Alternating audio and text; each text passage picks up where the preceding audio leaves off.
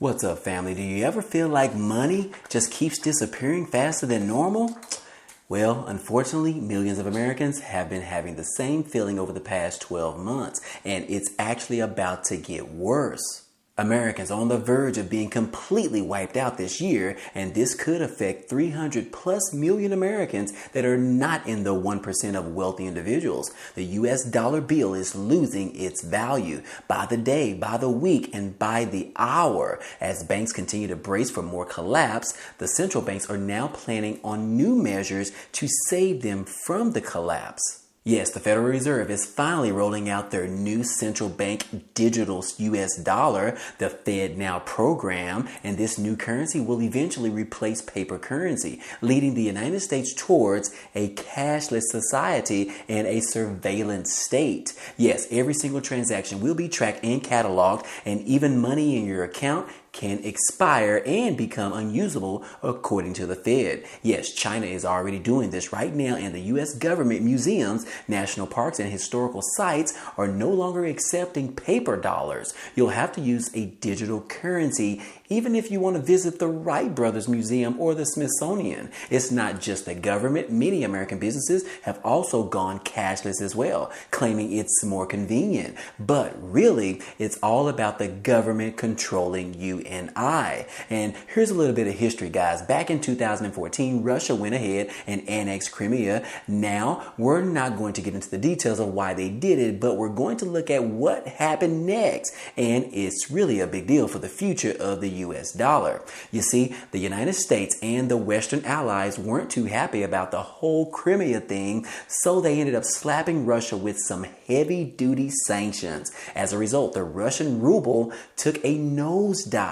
But then something interesting started to happen. Russia began ramping up its production on just about everything that they produce, from oil to lithium to silver to uranium for nuclear fuel to natural gas. They went into overdrive and became self-sufficient, dominating the export game in almost every single category. Need uranium for your nuclear reactors? Chances are you'll be buying it from Russia because, funny enough, the U.S. currently buys almost all of its uranium from Russia right now. While Russia was busy boosting its production, the United States was busy destroying its own manufacturing base under President Obama. Now, this led to a lot of oil being produced, which in turn put immense pressure on the global oil market, leading to lower oil prices and a decline in the demand for the U.S. dollar. So, in other words, they were making too much oil, and the value of the petrodollar took a major hit. And that, my friends, could be the beginning of the end of the US dollar.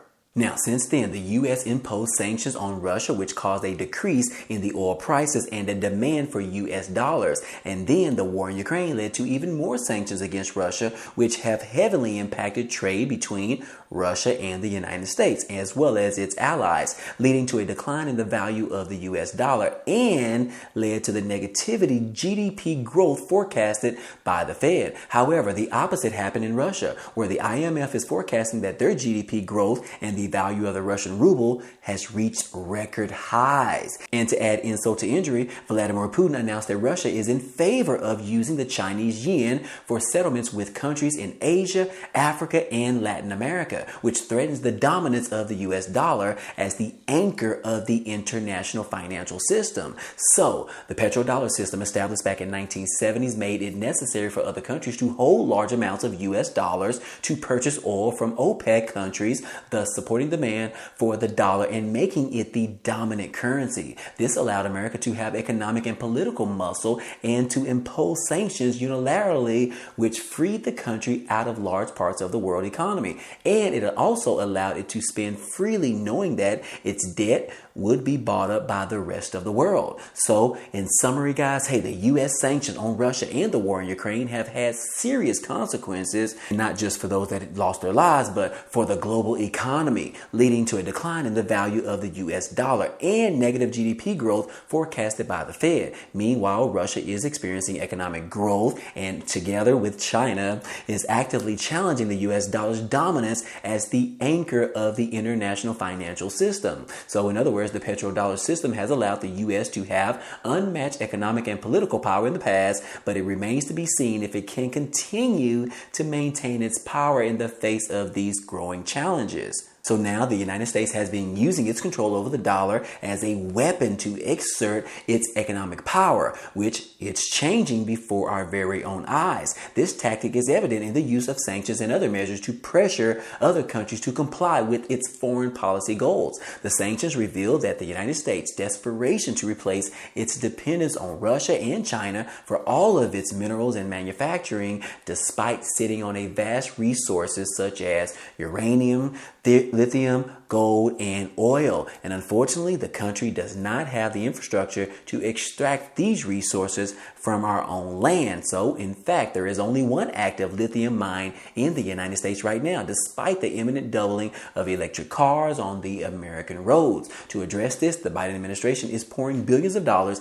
into companies to build charging stations, solar panel parking lots, and other renewable energy sources to reduce the reliance on foreign countries such as China and Russia. And it's crazy, guys, that the United States, despite having vast resources, must rely on foreign countries to achieve its ultimate goals, including millions more EVs to come. The country's approach to attempt to mitigate its dependence on Russia and China for its minerals and manufacturing, as seen in its use of sanctions, which have proven to be unsuccessful, if you will. Just look at Russia right now. Is it stopping them? No, these sanctions are not stopping them. But anyways, the head of the European Commission made a significant admission about the reality of the West's dependence on China and Russia for minerals and resources. This was a major moment for her, and it coincided with the Ford Motor Company's announcement that they are partnering with China to mine their own minerals for their electric cars with the focus on Indonesia. And it's a clear sign of how dire the situation has become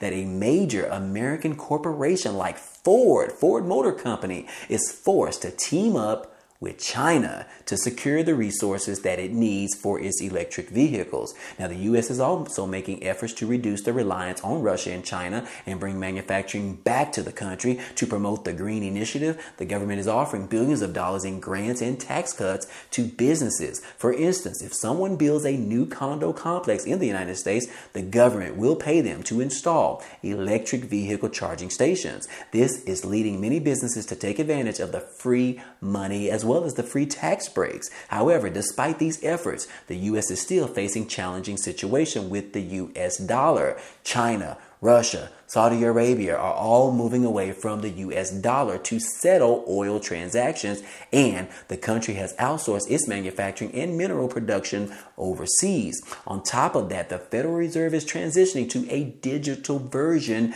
of the U.S. dollar that can be expanded and printed at any moment since it is not tied to any fiscal representation of money. Although the U.S. dollar is being traded less and less, there is more competition between countries. Worrying about this is unproductive. So instead, people should focus on more pressing topics such as debt ceiling raise, which we're dealing with right now. The deadline is coming up in June, which could have a significant impact on the markets if both sides can't agree on raising the debt ceiling limit. It is essential to understand what is happening right now and why, but people should concentrate on what they can control, such as diversifying their investments, saving enough money, maintaining a consistent income, as well as investing regularly and following Budget Bill for more information. But anyways, by focusing on these things, people can make more money than worrying about the possibility that the U.S. may not be the world's reserve currency at some point in the future, possibly even in their lifetime.